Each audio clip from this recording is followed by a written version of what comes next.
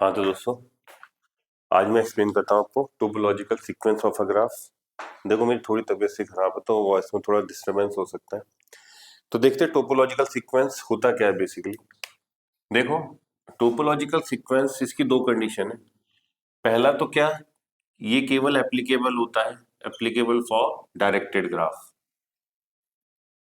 Directed graph केवल आप directed graph के लिए ही टोपोलॉजिकल सीक्वेंस लिख सकते हो। सेकंड पॉइंट, सेकंड कंडीशन क्या होती है इसके अंदर, कि ग्राफ के अंदर साइकिल नहीं होनी चाहिए, नो साइकिल। ठीक है, तो हम डायरेक्टेड बोल सकते हैं कि टोपोलॉजिकल सीक्वेंस हम केवल एक ऐसे डायरेक्टेड ग्राफ पे लगा सकते हैं जिसके अंदर कोई साइकिल ना हो। इसी को हम बोलते हैं डैग। डैग की फुल फॉर्म क्या है? Directed acyclic graph.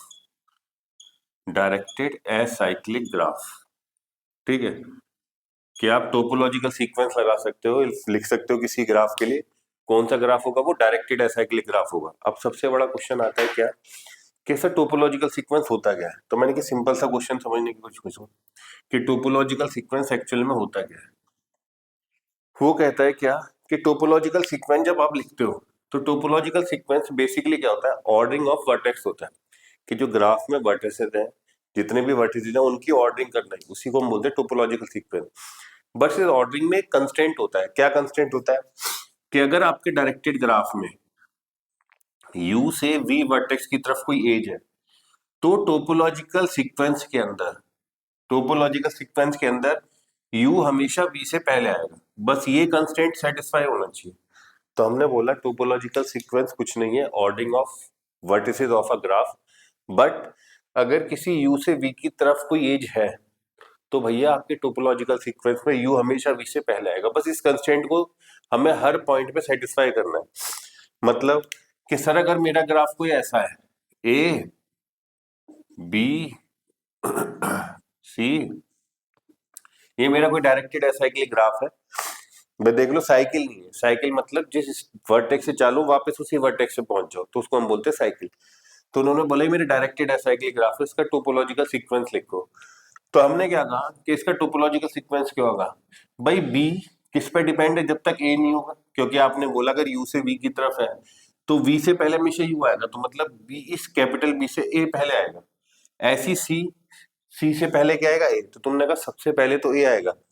सर मैंने कहा अगर इसका मैं टोपोलॉजिकल सीक्वेंस लिखूं तो सबसे पहले ए, जब ए ट्रेवर्स हो जाए, अब आप क्या कर सकते हो, भाई बी और सी किसका वेट करे? तो ए के होने का।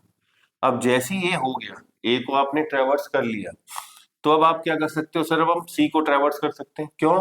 क्योंकि बी की डिपेंडेंसी अभी भी सी पे है, क्योंकि सी से बी की तरफ एक एज है। तो बी जब तक ट्रेवर्स नहीं हो सकता जब तक कि सी ट्रेवर्स ना हो जाए। तो तुमने कहा चलो सी को ट्रेवर्स कर लिया, अब मैं बी को कर सकता हूँ। तो ये मेरा टोपोलॉजिकल सीक्वेंस है। बट सर ये छोटे ग्राफ में तो हम देख के फिर भी इस सीक्वेंस को लिख सकते हैं। अगर कॉम्प्लिकेटेड सा ग्राफ हो तो टोपोलॉजिकल सीक्वेंस कैसे लिखें? तो उन्होंने इसका एक तरीका बताया। क्या? कि किसी डायरेक्टेड एसाइक्लिक ग्राफ के लिए आप टोपोलॉजिकल सीक्वेंस लिखते कैसे हो। ठीक है, तो उन्होंने कहा चलो मान लिया आपके पास एक ग्राफ है, A to B, A to C, A to D, F, और एक डाल देते हैं ई। ठीक है, ये आपका एक डायरेक्टेड एसाइक्लिक ग्राफ है। तो उसने बोला कि इस ग्राफ के लिए टोपोलॉजिकल सीक्वेंस लिखो। तो उन्होंने एक तरीका बताया आपको किसी भी डायरेक्टेड एसाइक्लिक डैग के लिए टोपोलॉजिकल सीक्वेंस लिखते कैसे। उन्होंने कहा फर्स्ट स्टेप पे क्या करो, सारे वर्टिसेस जितने भी वर्टेक्स हैं इनकी सबकी इंडिग्री निकालो। किसी भी वर्टेक्स की इंडिग्री क्या होती है? Number of incoming edge.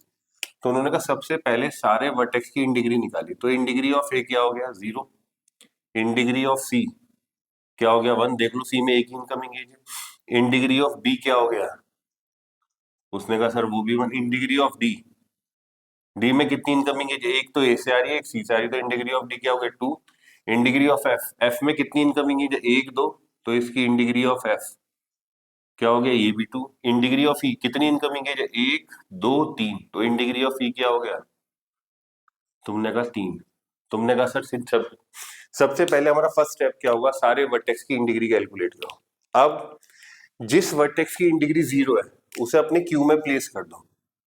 तो सर हमने क्यू ले रखी है, हमने सबसे पहले ए को प्लेस कर दिया, क्यों? क्योंकि इसकी इन डिग्री 0 है, तो ये मेरी क्यू है। अब मैंने क्या करा, क्यू के फ्रंट पे जो है उसे ट्रैवर्स करो, क्यू के फ्रंट पे जो उसे ट्रैवर्स करो, उसे डी क्यू क्यू से डिलीट मारो। अब इस ए के जितने एडजेसेंट है, एडजेसेंट मतलब जो ए से एक केस दूर है, तो तुमने कहा ए के जितने एडजेसेंट है उनकी इन डिग्री एक एक सब्ट्रैक्ट कर दो। तो देखो ए का एडजेसेंट क्या है, बी, इसकी इन डिग्री एक घटाई तो क्या हो गई, 0। ए का एडजेसेंट क्या है, सी, तो भाई ए से एक केस दूर है तो इसकी इन डिग्री घटाई एक, तो वो भी 0 हो गई। डी भी क्या है, डी भी ए से एडजेसेंट है, क्यों? क्योंकि ए से एक केस दूर है, तो इसकी भी इन डिग्री एक घटाई तो क्या हो गई, 1। अब आपने क्या कहा कि जिसको आपने रिमूव किया क्यू से, उसके वो एडजेसेंट आपने क्या कैलकुलेट करे, उन सारे एडजेसेंट की इन डिग्री एक एक घटा दी। अब अगर किसी एडजेसेंट की डिग्री इन डिग्री हो गई 0, तो उसे क्यू में प्लेस करो। तो तुमने कहा सर हमारे पास बी की इन डिग्री भी 0 हो गई, सी की भी, तो मैंने कैसे क्यू में प्लेस कर दी। तुमने कहा बी को प्लेस कर दिया, सी को प्लेस कर दिया। मैंने कहा फिर से वही स्टेप, क्यू के जो फ्रंट पे है उसे ट्रैवर्स करो। अब इस बी के जितने एडजेसेंट है उनकी सबकी एक एक इन डिग्री 0 सब्ट्रैक्ट कर दो। तुमने कहा सर बी का एडजेसेंट ई, इसकी इन डिग्री एक घटाई तो हो गई 2। बी का एडजेसेंट एफ, इसकी इन डिग्री एक घटाई तो हो गई 1। और बी का एडजेसेंट कौन है, सर बी से एक दूर एफ है, बी से एक दूर ये है, तो यही दो आपके पास एडजेसेंट थे। तुमने कहा अब किसी एडजेसेंट की इन डिग्री 0 ही, उसने कहा नहीं, तो आगे बढ़ो। तुमने कहा सी क्यू के फ्रंट पे इसे डिलीट एक्सेस किया, ट्रैवर्स किया, इसको डिलीट मारा। अब सी के वो सी के एडजेसेंटों की क्या करो, इन डिग्री एक सब्ट्रैक्ट कर दो।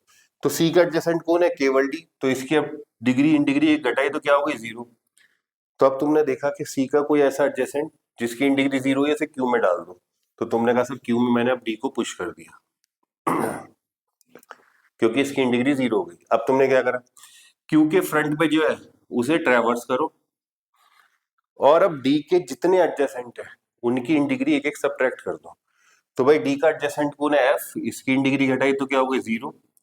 डी का एडजेसेंट क्या है, ई, इसकी इन डिग्री घटाई तो क्या हो गई, 1। तुमने कहा अब देखो कि डी का ऐसा कोई एडजेसेंट हुआ जिसकी इन डिग्री 0 ही, अगर हुई है तो उसे क्यू में पुश कर दो, इंसर्ट कर दो। तो डी का एडजेसेंट एफ, इसकी इन डिग्री 0 है, तो तुमने इसे क्यू में डाल दिया, ठीक है। अब फिर से वही, क्यू के फ्रंट पे जो है उसे ट्रैवर्स करो, और अब इसका कोई एडजेसेंट है तो उसकी इन डिग्री एक एक घटा दो। तो तुमने कहा एफ का एडजेसेंट केवल ई है, तुमने कहा इसकी इन डिग्री एक घटाओ, तो इसकी इन डिग्री एक से घटाई तो क्या हो गई, 0। तुमने कहा चलो अब तो एफ का जो एडजेसेंट था ई, उसको पुश कर दिया, क्यों? क्योंकि ई की इन डिग्री हो गई 0। तुमने कहा फिर से वो स्टेप, क्यू के फ्रंट पे जो है उसे ट्रैवर्स करो, क्यू से डिलीट करो।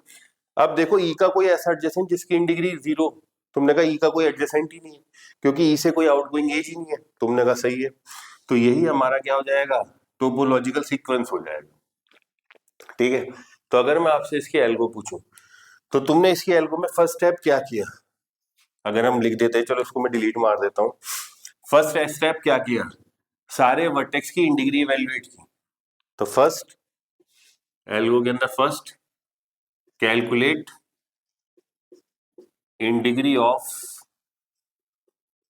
Every vertex of a graph, every vertex of a graph, भाई सारे ग्राफ के जितने वर्टेक्स सबकी इन डिग्री इवेल्युएट करो।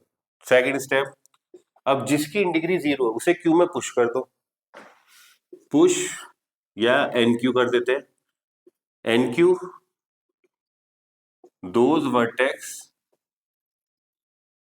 विच हैव इन डिग्री 0, जिसकी इन डिग्री 0 है उसे क्यू के अंदर पुश कर दो, एन क्यू कर दो, इन degree 0 which has in degree 0। Third step, अब वो क्या करेगा, क्यू के फ्रंट पे जो है, क्योंकि क्यू में आपने डाला ही उन वर्टेक्स को जिनकी इन डिग्री 0, तो क्यू के जो फ्रंट पे है उसे ट्रैवर्स करेंगे। Now repeat step 4 while Q become empty, जब तक क्यू क्या ना हो जाए, एम्प्टी ना हो जाए, तब तक फोर्थ स्टेप को करो। अब ये फोर्थ स्टेप हमारा वर्किंग है। फोर्थ स्टेप क्या करता है, क्यू के जो फ्रंट पे है उसको ट्रैवर्स करेगा, और उसके जितने भी एडजेसेंट वर्टेक्स हैं उनकी इन डिग्री एक सब्ट्रैक्ट करेगा। अगर कोई एडजेसेंट जिस उसकी इन डिग्री अगर 0 हो गई तो उसे क्यू में इंसर्ट कर देगा। उनने भी यही कहा, traverse the front element of a queue and decrease the in degree of its adjacent by 1। उसके जितने एडजेसेंट है उनकी डिग्री 1 सब्ट्रैक्ट कर दो। If any vertex has in degree 0, अगर अब किसी की इन डिग्री 0 ही है, देन एन क्यू, उसे एन क्यू कर दो। तो ये क्या करेगा, वापिस से थर्ड स्टेप पे जाएगा।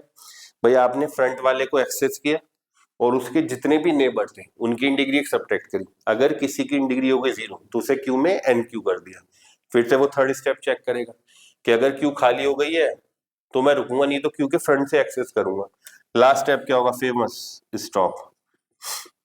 तो तुमने कहा यही हमारा टोपोलॉजिकल सीक्वेंस है। टोपोलॉजिकल सीक्वेंस मैंने क्या कहा, basically topological sequence ordering of a vertex है with one constraint, if there is an edge between u to v vertex. अगर u से v की तरफ कोई एज है तो टोपोलॉजिकल सीक्वेंस में u हमेशा v से पहले आएगा, और ये प्रॉपर्टी हर वर्टेक्स के लिए सेटिस्फाई होनी चाहिए। तो हमने कहा टोपोलॉजिकल सीक्वेंस के लिए फिर कंडीशन क्या बताई, डायरेक्टेड एसाइक्लिक ग्राफ होना चाहिए। अगर साइकिल है तो आप उसके लिए टोपोलॉजिकल सीक्वेंस नहीं लिख सकते। और उसके बाद ये एल्गो थी।